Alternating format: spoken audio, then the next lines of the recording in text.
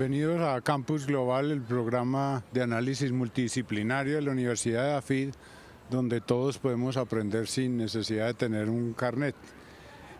Por estos días se están celebrando los primeros 100 años de la Revolución Rusa de 1917 y un episodio con las implicaciones que tuvo para la historia del siglo XX tan importante, pues queríamos analizarlo en esta ocasión. Nosotros en el día de hoy no tenemos interés de hacer un recuento histórico muy detallado, pero nos vamos a enfocar más bien en otros aspectos no tan comunes en el análisis por estos días de la Revolución Rusa. Por eso tenemos hoy la oportunidad de hacer estos análisis con tres profesores de la universidad, el profesor Gustavo Duncan del Departamento de Gobierno y Políticas Públicas, Efraín Giraldo del Departamento de Humanidades y el profesor Luis Guillermo Vélez del Departamento de Economía, que hoy no nos pudo acompañar, pero que más adelante vamos a presentar sus opiniones y sus comentarios, sobre todo sobre los aspectos económicos de la revolución.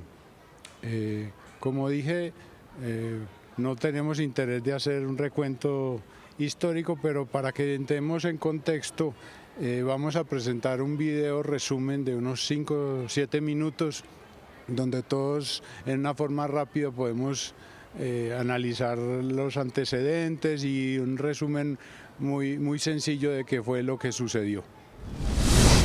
La Revolución Rusa es un movimiento político, social y económico que estalló en el año 1917 en el Imperio Ruso. Este episodio, por las trascendentales consecuencias que derivaron de él, es considerado como uno de los más grandes acontecimientos de la época contemporánea. La consecuencia fue el derrumbe de la dinastía de los zares, herederos de los emperadores romanos, lo que significó la abolición del sistema absolutista y despótico hasta entonces imperante. La revolución trajo consigo como resultado un gobierno de corte comunista dirigido por Vladimir Lenin. Las consecuencias que motivaron la Revolución Rusa fueron: primera causa. Rusia estaba en guerra con Alemania, se trataba de la Primera Guerra Mundial, entonces llamada la Gran Guerra. Las constantes derrotas que estaban sufriendo los ejércitos rusos en la guerra y las numerosas bajas llevaron al descrédito a los Romanov, la última dinastía zarista, con Nicolás II a la cabeza. Años antes, en 1905, tuvo lugar una primera revolución tras la derrota rusa ante Japón en la guerra ruso-japonesa. Segunda causa. Rusia sufría una aguda crisis económica con escasez de alimentos para la población, que sufría una terrible hambruna. Era un país eminentemente rural y atrasado. La organización social de Rusia estaba basada en la más absoluta desigualdad, distinguiéndose dos clases sociales bien marcadas: la nobleza y el pueblo llano, casi todos campesinos. No existía prácticamente clase media. La tercera causa la encontramos en la esposa del zar Nicolás II, la emperatriz Alejandra, de origen alemán, tremendamente impopular y enemiga de cualquier reforma favorable al pueblo. Un año antes habían asesinado a Rasputín, médico y asesor de la emperatriz. Estas causas, unidas a un invierno muy duro, fueron el detonante que hizo saltar la revolución.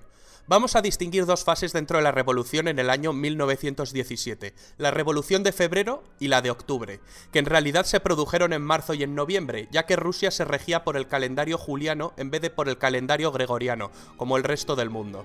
La Revolución de Febrero se inició con una huelga espontánea de los trabajadores de las fábricas de la capital, Petrogrado, hoy San Petersburgo. Los días siguientes, las huelgas y manifestaciones se generalizaron por todo Petrogrado, y la tensión fue en aumento. Las manifestaciones cada vez fueron más multitudinarias. El ejército no contó con los medios para reprimir la revolución, y Nicolás II, el último emperador de Rusia, tuvo que abdicar.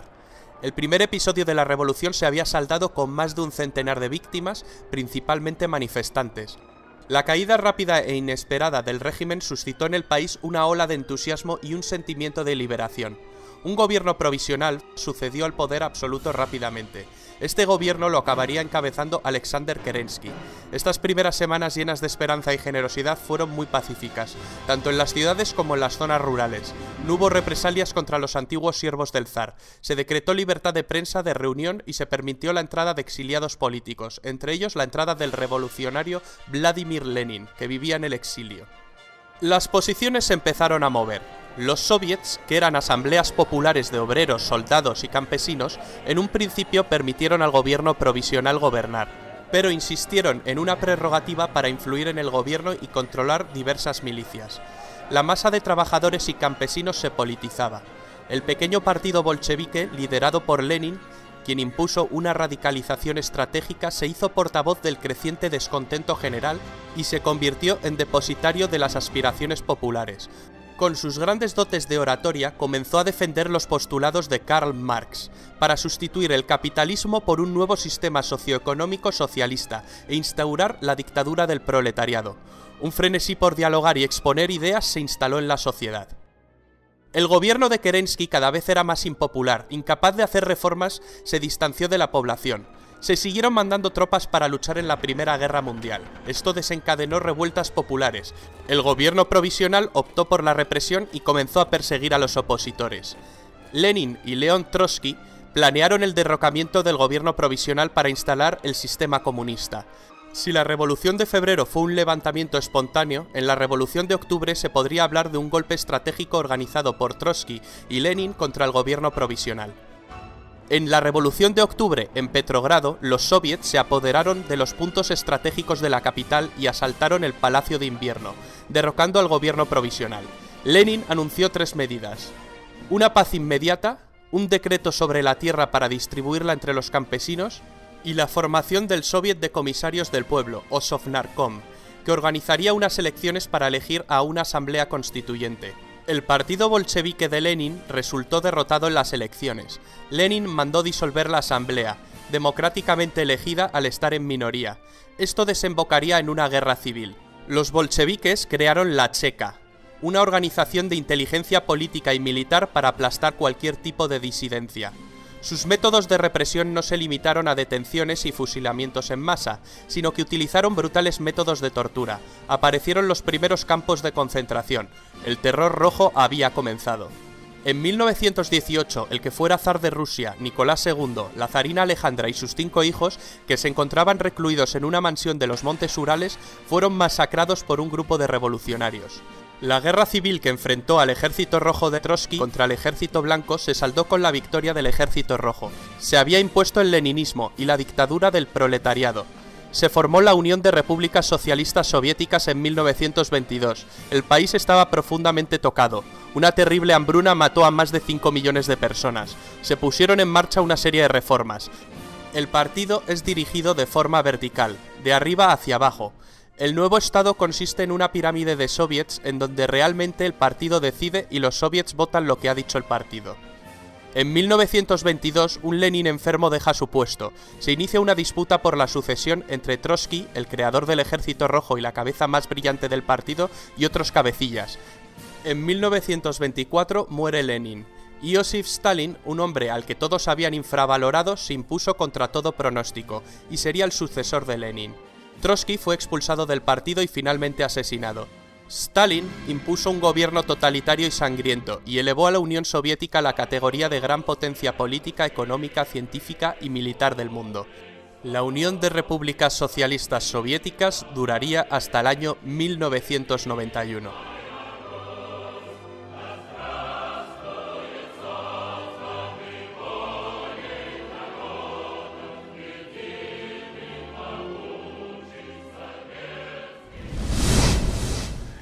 Un proyecto o una revolución de las magnitudes de la Revolución Rusa, que tenía implicaciones políticas, sociales, económicas, obviamente implica que no es cualquier evento histórico singular, sino que va a representar y va a implicar demasiados cambios y la generación de modelos, de sistemas para poder implementar ese proyecto. Entonces quería preguntarle a Gustavo, así inicialmente, él cómo ve en general cuáles fueron esas transformaciones que se tenían que dar para implementar el modelo comunista. Sí, ahí lo primero que hay que considerar es que hay que separar la Revolución de Febrero y la Revolución de Octubre. Es decir, la Revolución de Febrero implicó la caída del zar, mientras que la Revolución de Octubre fue la toma por una facción minoritaria del poder en un momento donde se estaba definiendo cuál iba a ser el nuevo gobierno de Rusia. Y la salida no necesariamente iba a ser el proyecto comunista que posteriormente inventaría Lenin. Entonces, lo interesante es cómo una facción minoritaria crea un modelo de organización basado en un proyecto de revolución no solo de Rusia, sino revolución mundial. Y eso va a tener un impacto decisivo en toda la historia del siglo XX. De hecho, va a marcar, como decía Hobsbawm, el corto siglo XX. Va a ser la disputa entre tres grandes modelos de sociedad y de poder político, el fascismo, comunismo y la democracia. Ahora, lo interesante de lo que hizo Lenin es que la organización que se crea para tomarse el poder y luego para mantenerlo se va a tomar como modelo en el resto de proyectos comunistas que se van a dar en el siglo XX y que incluso tiene reflejo hasta el día de hoy, como lo encontramos en el caso de la Cuba de los Castro y la propia Venezuela. Bueno, vamos a estar saltando de temas aprovechando que el espíritu de este programa es el análisis desde distintos enfoques. Y tal vez uno de los, o por lo menos yo que no soy experto en ningún tema finalmente, pero que uno no encuentra mucho el análisis de los efectos de este proyecto, por ejemplo, en el ámbito del arte. Entonces, uno supone que un proyecto de tan magnitud tendría que tener alguna vinculación con el arte. ¿Cómo es normalmente? Yo no sé si se puede generalizar si las revoluciones son todas agresivas, digámoslo así, con los movimientos artísticos, pero en el caso de la Revolución Rusa, ¿cómo fue esa relación? Probablemente en este caso haya que hacer una distinción parecida a la que hizo Gustavo, y en este caso es qué significa la revolución política versus la revolución artística. Digamos que las dos primeras décadas del siglo XX son en Europa momentos de mucha agitación interna en el mundo del arte y la literatura y en general de la cultura. Y es quizás una coincidencia importante el hecho de que algunas de las vanguardias artísticas, el dadaísmo, el futurismo, el surrealismo, se den casi que simultáneamente con un fenómeno de esta magnitud.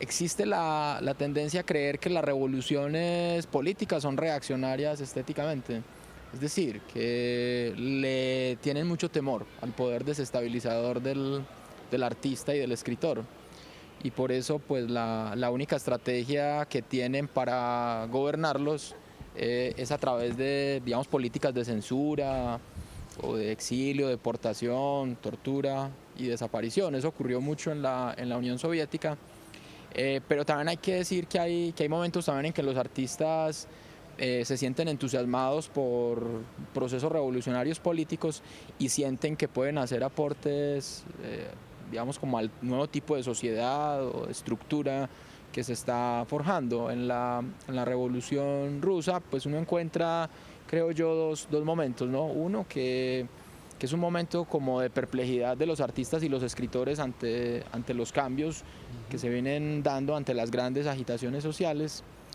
Y hay otro momento como en el que se tienen que comportar de cierta manera ante el poder establecido.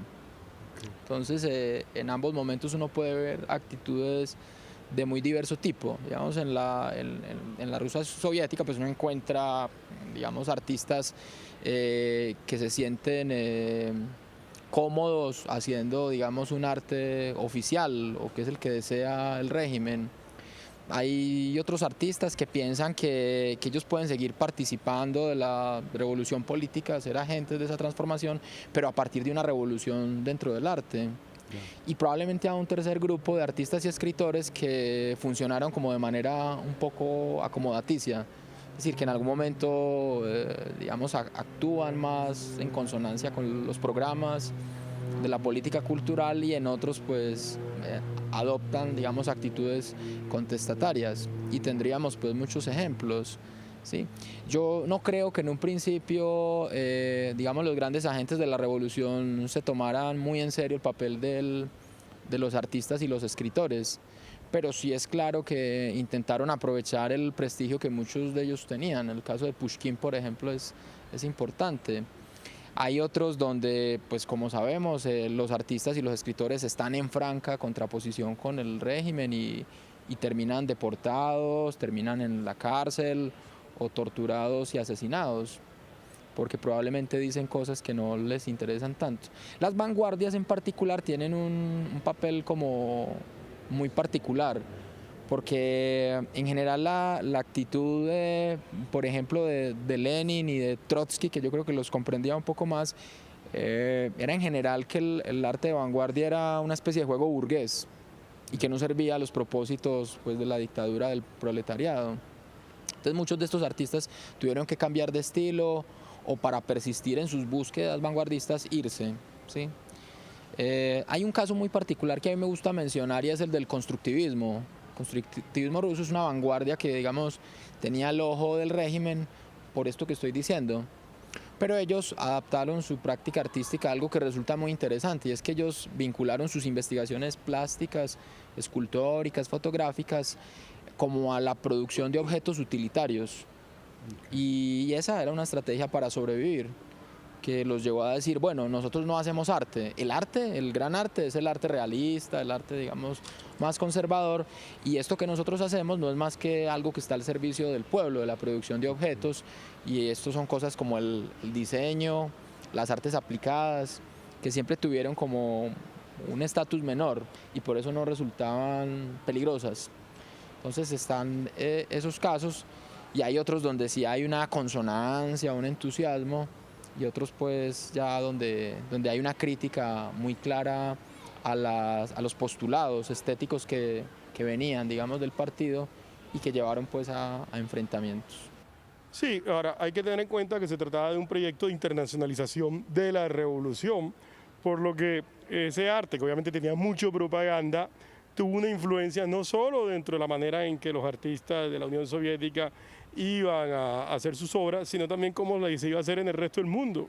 Por ejemplo, en el muralismo mexicano hay una influencia sin duda de la revolución rusa, e incluso muchos artistas en Occidente fueron también propagandistas. El caso, por ejemplo, de Sartre, que omitió todos los excesos de Stalin y omitió denunciar todos los excesos de Stalin simplemente para no atentar contra la idea de la revolución.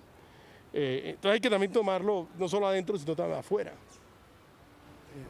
Incluso en el arte nuestro hay alguna influencia de esa llegada de las ideas comunistas en Colombia, ¿o no? Claro, lo que yo creo que hay que distinguir también es que, digamos que la importación del modelo estético soviético, que es pues fundamentalmente el realismo socialista, un arte didáctico, un arte apologético de las luchas del pueblo, es un modelo que se aparta del modelo interno de evolución del arte moderno.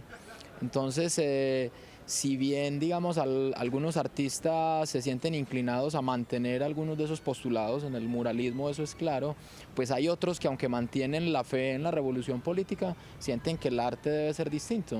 Eso ocurre, por ejemplo, en el surrealismo, que se convierte casi en una iglesia de la que se van expulsando uno a uno los que se apartaban del dogma. En América Latina y en Colombia en particular, esa influencia fue fuerte. Por ejemplo, claro, en el teatro nosotros tenemos además un arte muralista importante, digamos, artistas más de corte realista, nativista, como Pedro Nel Gómez, como Luis Alberto Acuña, pero también tuvimos en la década del 70 un grupo importante de artistas militantes, que eran los artistas del Taller Cuatro Rojo, que pensaban en cosas como la gráfica popular, como el arte, digamos, que tenía un papel activista en la movilización social, digamos, con relaciones con la insurgencia, por ejemplo. Entonces sí, nosotros, digamos, tuvimos una penetración de esos ideales, pero yo creo que en el Taller Cuatro Rojo no proviene tanto como de una idea soviética del arte, sino tal vez china, ¿sí? De un modelo como de revolución cultural un poco más amplio, de alguna manera. Claro, porque ahí hay que tener muy en cuenta que la idea era transmitir una revolución al resto del mundo, que aunque la Unión Soviética solo lo logra hacer hasta después de la Segunda Guerra Mundial, sí va generando las bases para lo que va a ser esa revolución. De hecho, en Colombia ya se sabe que en los años 30, hay documentación en los archivos de la antigua Unión Soviética, se envió un personaje para darle forma al Partido Comunista en Colombia. Sí. La Cominform casi que daba línea para... Claro, y eso está en el libro Liquidando el Pasado, se llama el texto. Para los partidos políticos inicialmente eran europeos y después no, la revolución es mundial, hagámoslo en esos términos. Sobre todo, perdón, porque es que comporta, digamos, un orden diferente de definición de la realidad, de concepción de las fuerzas de la historia, de estructuración de la sociedad, y en esa medida pues tiene que ser mundial o no puede ser. Es como antinómica la idea de una revolución de este tipo, solo local. Claro, porque además al haberse hecho en Rusia, donde se pensaba que no estaban dadas las condiciones de desarrollo del capitalismo para que se diera la revolución socialista y luego comunista, de alguna manera el mensaje que se quería dar es: si Rusia lo pudo hacer, que no estaba listo, pues el resto de pueblos del mundo se pueden saltar el capitalismo para llegar al comunismo, porque la idea de Marx obviamente estaba basada en una visión teleológica, es decir, un paso tras otro paso, casi que a manera de ciencias naturales o ciencia exacta.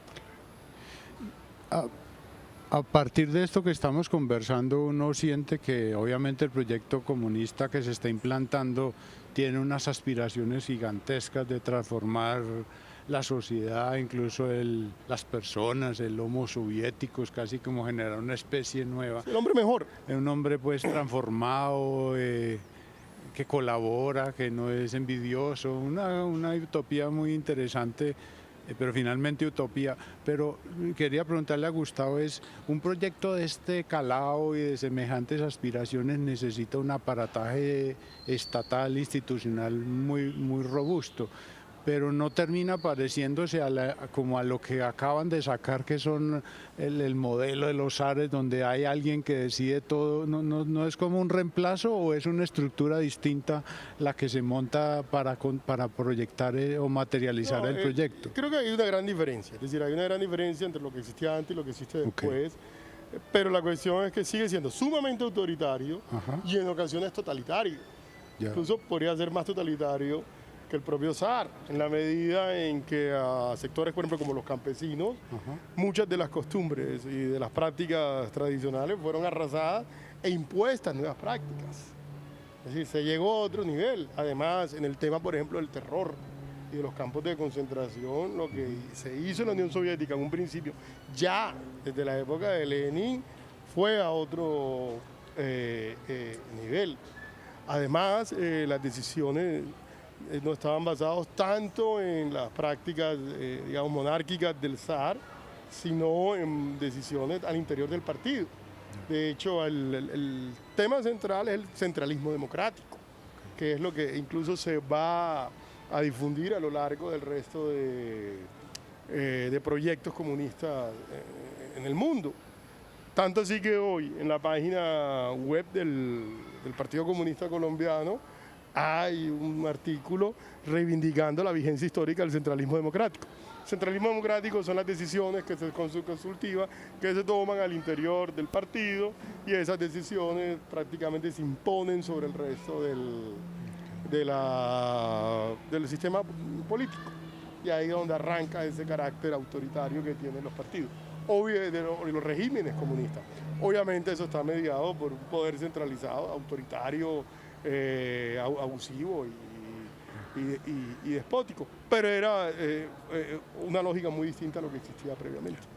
¿Y no había una especie de contradicción en ese proceso de materializar el proyecto, cuando yo estoy diciendo que hay un organismo superior y central que dirige y finalmente también le estoy diciendo a los ciudadanos que el modelo se llama democracia popular, donde todos somos iguales y decidimos? ¿Eso era fácil de implementar o al final era...? Fácil no es, porque si hubiera sido fácil no se hubiera tenido que llegar a los niveles de represión a los que se llegó. O sea, la única manera en que estos regímenes se pudieron alargar en el tiempo ha sido a punta de represión. Claro. Incluso hoy Cuba y Corea del Norte subsisten como comunistas a punta de represión y a punta de abuso, al punto que se hace la comparación con monarquía por el hecho de que la sucesión está basada por linajes de sangre y no por pertenencia a un partido como pudo haber sido el caso de la Unión Soviética o Europa del Este, donde el tema de los linajes de sangre no pesaba tanto para la sucesión como lo que queda al día de hoy. Porque eso pues me hace pensar que entonces lo que nos decía Efren, si el modelo hasta le decía a los artistas de alguna manera qué arte era útil y no, pues eso tendría que corroborar la idea que no era un modelo de libertad, sino que o usted piensa o pinta, como yo digo, a mis intereses y si no le va a pasar mal.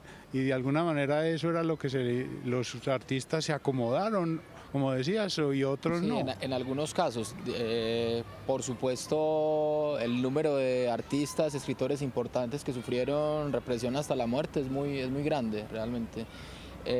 Lo que yo creo que puede resultar muy incómodo, digamos, del artista y del escritor, que son figuras no muy fáciles de gobernar, porque el ámbito del arte pues es el de la autonomía y el de la libertad finalmente, es la capacidad como de desestabilización simbólica. Digamos, el arte no solamente es un entretenimiento inútil, sino que el arte, al no tener, digamos, una fuerza externa que le diga cuáles son sus temas y cómo debe tratarlos, pues puede decir cosas pues, que al régimen no le interesan.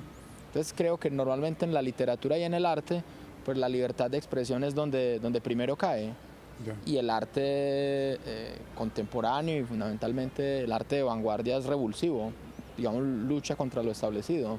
Hoy tiene una capacidad de poder desnudar el régimen y desnudar las situaciones sociales que la hace políticamente muy subversiva, aún sin proponérselo, de hecho. Claro, y hay que anotar que esa pregunta inicial de Juan por el aparato es muy claro acá. O sea, hay un órgano derivado del Ministerio de Educación y Cultura que evidentemente afilia a los escritores y a los artistas pues en una especie de sindicato, en una especie de órgano que también se arroga la posibilidad de decir cuáles son las orientaciones que deben seguir los artistas y los escritores. Y en esa medida pues la posibilidad de subsistir depende de eso. Pero también hay que tener en cuenta que hay evolución, es decir, que tampoco podamos decir que se llegó a los niveles del totalitarismo stalinista o a la revolución cultural que quiso hacer Mao, porque aún dentro de la propia Unión Soviética, cuando muere Stalin, hay, llamémoslo, un renacimiento del arte, es decir, se crean nuevas libertades. Está el caso de Archipiélago Gulag, que en un principio era llamado, el primer borrador era un día en la vida de un preso, y que lo reivindican precisamente Khrushchev y los revisionistas para mostrar los excesos de la época de Stalin, pero luego cuando le llega a Brezhnev y ya se va a hacer la obra completa, ahí sí toca todo un proceso para poder sacar el texto en microfilm a Occidente, que es donde finalmente se publica. Lo mismo sucedió con el caso de Mao Zedong y la revolución cultural. Claro. Hay cambios, tampoco podemos decir que todo fue igual. Pero es digamos como probablemente el intento por ceder a necesidades de cosmopolitismo, de entrar un poco en la corriente de la historia principal y digamos no marginarse del curso que tiene la cultura en la otra mitad del mundo finalmente, ¿no? Claro, y también era que después de Stalin, es decir, la Unión Soviética había hecho un esfuerzo, había vencido a Alemania, se había industrializado a una velocidad asombrosa y era el momento de poder aprovechar ese desarrollo para el bienestar de la propia población, que era la lógica de las transformaciones de Khrushchev, que paradójicamente fue del círculo cercano a Stalin. Claro. A propósito de esto que estamos conversando, de la injerencia y de ese poder enorme del partido que proyecta en todos los ámbitos esas ideas, pues vamos a presentar lo que el profesor Luis Guillermo Vélez del Departamento de Economía nos quiere decir sobre la idea de la planificación económica y eso cuál era su objetivo y por qué tal vez no podía funcionar, pero era otra manifestación de lo mismo, de yo soy capaz, Estado, de decirle a usted cómo puede pintar, cómo se comporta, y también la economía, pero es que lo interesante de eso, yo Estado le digo a usted qué debe consumir, claro, cómo debe ser su diversión. Y quién produce y cuánto produce, y una idea muy pretenciosa, bueno, que los economistas a veces son pretenciosos, de que su sabiduría les va a permitir controlar el sistema económico. Entonces Luis Guillermo nos va a contar un poco sobre eso. Ahí quiero también hacer otro apunte que es importante, y es que esto se da en un contexto en que la Unión Soviética no tuvo depresión en los años 30. Okay. Es decir, obviamente que al día de hoy vamos a decir eso no funciona, sí, pero en los años 30, cuando sucede toda la crisis, iba bien, pues para el resto del mundo eso se convierte en un referente. Claro. Para hablar de los aspectos económicos de la Revolución de Octubre de 1917 rusa, la Revolución bolchevique, lo primero que hay que decir es que esta revolución estaba inspirada en las doctrinas económicas y políticas de Marx. Pero hay una peculiaridad. Marx pensaba que el advenimiento de la revolución socialista debía darse inicialmente en un país avanzado, en los países del capitalismo avanzado.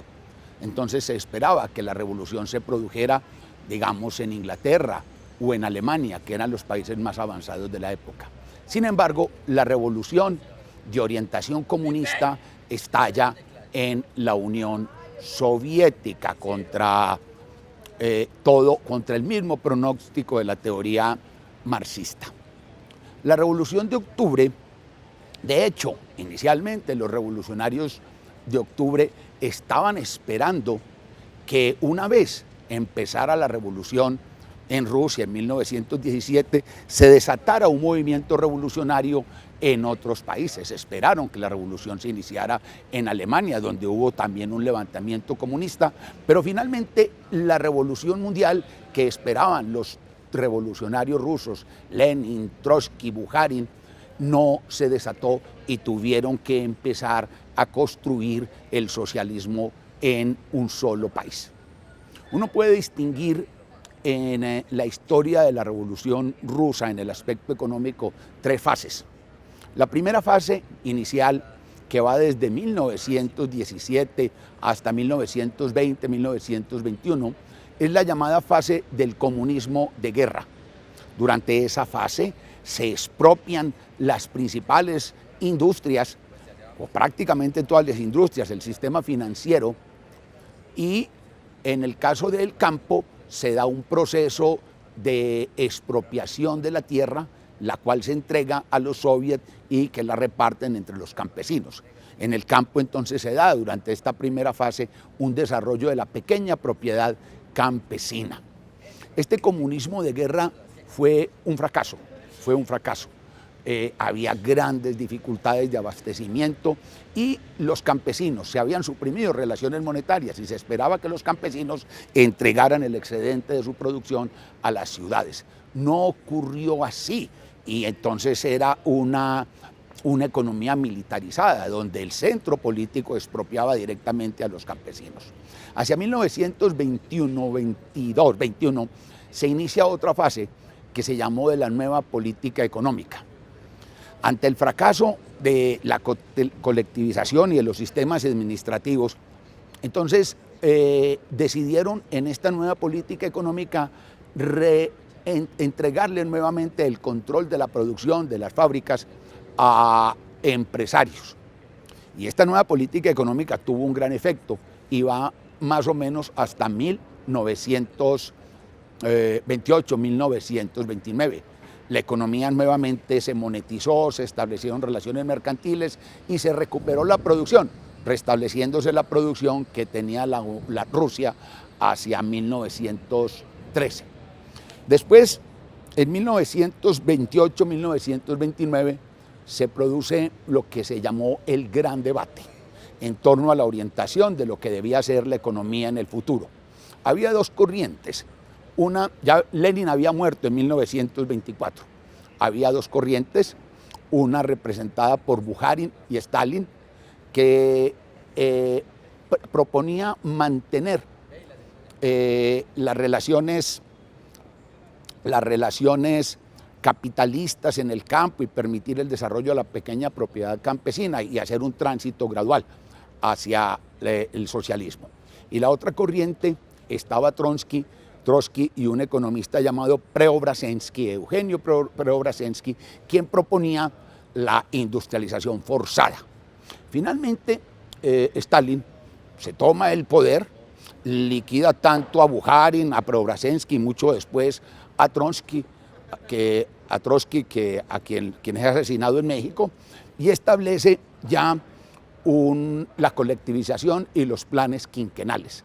Entonces Rusia entra hacia 1930 en la era de los planes quinquenales. La esencia del socialismo es el plan, porque la idea de Marx y de los socialistas es que el mercado es incapaz de regular correctamente la actividad económica y que entonces la actividad económica debe ser sometida a un planeamiento racional. Es algo así como llevar la planeación que hace uno dentro de una empresa al conjunto de la economía. Y eso fue lo que se vino haciendo la Unión Soviética prácticamente de forma continua hasta los años 90, hasta 1990, cuando se reproduce el derrumbe del sistema económico soviético, todavía se regía por el esquema de la planeación centralizada. ¿Por qué? ¿Cuál era el resultado hacia 1990? Hacia 1990 la economía rusa representaba un 20%. El Producto Interno Bruto por habitante de los rusos representaba un 20% del Producto Interno Bruto de los norteamericanos, de Estados Unidos. Ese había sido el resultado. Pero la cosa era más grave porque el consumo era mucho menor. Entonces, digamos que el problema de la planeación es que inmoviliza las estructuras productivas y sobre todo necesita inmovilizar las estructuras de consumo. Y la esencia de la producción es el consumo. El cambio en las preferencias y la innovación permanente que produce la economía de mercado por el cambio en los gustos, por la introducción de nuevos productos, por la introducción de nuevas tecnologías, es lo que le da la gran dinámica al capitalismo. Y esa dinámica es la que inmoviliza una economía centralmente planificada. Y por eso, muy seguramente fue que la Unión Soviética se estanca económicamente y se produce su derrumbe y en el conjunto del sistema socialista hacia los años 90. China escapa de esa tendencia porque entendiendo esa cosa, separa el tema político del tema económico e inicia la liberación económica del país en un modelo que uno puede llamar el modelo de capitalismo totalitario, pero hablar de eso puede ser objeto de otra conversación. Bueno, probablemente una idea que resulta interesante para cotejar lo económico, lo político y lo estético, artístico, es la particular filosofía de la historia que hay acá. Me parece muy llamativa cómo, digamos, la idea de planificación se proyecta, digamos, sobre una cosa tan difícil de determinar como es el curso de la historia. Entonces es importante entender que pues en general en las utopías y en estas en particular creo que la idea de futuro, de lo que viene después, de las fuerzas inevitables de la historia, digamos, eso es muy importante y para el arte yo creo que es así, digamos, hay como un intento de cancelar, digamos, como algunos vectores de la historia que se consideran como anómalos o equivocados y la necesidad de imprimir una dirección que se traduce pues evidentemente en aquello que el arte, el cine, la literatura debe hacer, ¿no? Sí, porque se partía del postulado que había una evolución positiva hacia el hombre. De hecho, Marx consideraba el capitalismo como un gran desarrollo si se comparaba con el feudalismo, una gran transformación positiva. Y obviamente todo lo que tuviera que ver con política, con economía o con estética, que fuera contrario hacia esa evolución positiva, iba a ser reprobado por las autoridades políticas en su momento. Ahora, no hay que olvidar que el materialismo histórico es una ciencia. Claro, se veía como una ciencia. objetiva, por supuesto. Claro, socialismo científico. Por se hablaba. supuesto. Que eso es el lema incluso de algunas universidades, por el socialismo científico. Las celebraciones se hacen o para recordar simplemente, yo diría que también para aprender. Uno podría pensar que ojalá, pues por cómo evolucionaban las cosas, ojalá esto no hubiera sucedido porque millones de personas, incluso de hambre, murieron por la implantación de este modelo y otras cosas. Pero hay algunas cosas que nos quedaron como aprendizaje o evoluciones. Por ejemplo, creo que en el arte, a partir de esas vanguardias, eso tuvo influencia en cosas que hoy tenemos, o que aprendimos o deberíamos aprender de esa revolución. Aprendimos muchas cosas, por ejemplo, la soberanía que tiene el artista, la soberanía de la individualidad, que en muchos casos logra imponerse en esos terrenos, pero también yo creo que nos hizo conscientes del tipo de actor político que puede ser un artista o que puede ser un escritor. Y eso es muy importante, digamos, en cualquier forma de comprensión del escritor como un intelectual o del artista como un intelectual que tiene algún tipo de acción social. Esto fue profundamente revelador respecto de las posibilidades que tiene, digamos, en todos los sentidos. Y ahí yo creo que unas realizaciones individuales más particulares. Yo creo que a mucho de lo que se escribió en esta época le debemos el apogeo posterior que tienen las cosas de no ficción, digamos, el papel que tiene la historia, la escritura como creador de memoria. Y en el caso del arte, pues evidentemente yo creo que hizo muy consciente como de la importancia que tiene la comunicación de masas, digamos el cartelismo, el arte aplicado, aquí adquieren un gran relieve y pues terminan teniendo una influencia muy importante en países capitalistas. Ahora mencionábamos entre líneas, por ejemplo, que para el arte pop, que es como el que cancela todas las vanguardias, digamos, la vanguardia capitalista por excelencia, el arte, digamos, del cartelismo y la comunicación de masa soviético es muy importante. Entonces yo creo que hay muchas de esas cosas que viven hoy en día en nuestra cultura y hay muchas cosas que nos imaginamos probablemente a partir de ese lente, creería yo. No, y los españoles tienen un dicho, algo así como, acabada la corrida todos somos Manolete.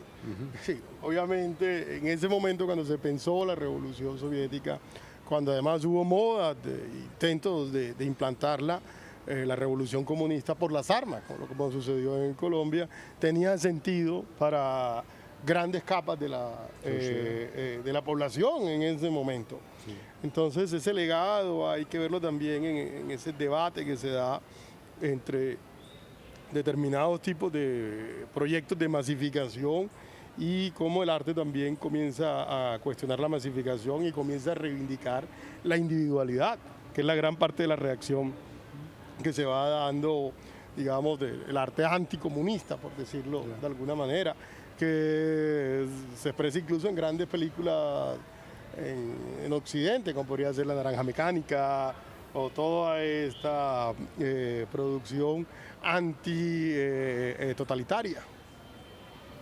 Pero aunque sea, seguramente es pretencioso, pero al final uno puede concluir que la libertad es difícil de matar. A la gente no le gusta que le digan que tiene que pintar, cuánto puede comprar, qué puede producir, o eso es aventurado. Uno puede hacer las dos lecturas, uno puede decir es difícil de matar, pero en la Unión Soviética se demoraron 50 años. Más de 50 años, de hecho, 50 años la Guerra Fría, pero antes, desde la revolución, desde 1917 a 1989, 1990, para que eso fuera posible. Es decir, también la gran lección es que la crueldad y los extremos a lo que puede dar una autoridad política son casi que ilimitados. De hecho, estamos gozando un periodo de libertad gracias a la democracia liberal que no tiene mucho tiempo acá. Y es más, hay que analizar también cómo con el fin de la Guerra Fría hay una ampliación de esas propias libertades y que no están garantizadas además. Bueno, el tiempo es implacable, entonces quería preguntarles si, como la intención del programa es que la gente aprenda y a partir de esto pues se inquieten, si tienen algunas sugerencias de lecturas o libros que para quien quiera profundizar en lo que conversamos hoy, pues le podamos dar alguna pista. Creo que Fren... Pues aquí tengo un libro reciente, un libro de Galaxia Gutenberg, de Tzvetan Todorov, el gran intelectual búlgaro. Un libro que se llama El triunfo del artista, la revolución y los artistas rusos 1917-1941, que viene muy, digamos, como a punto para esta discusión.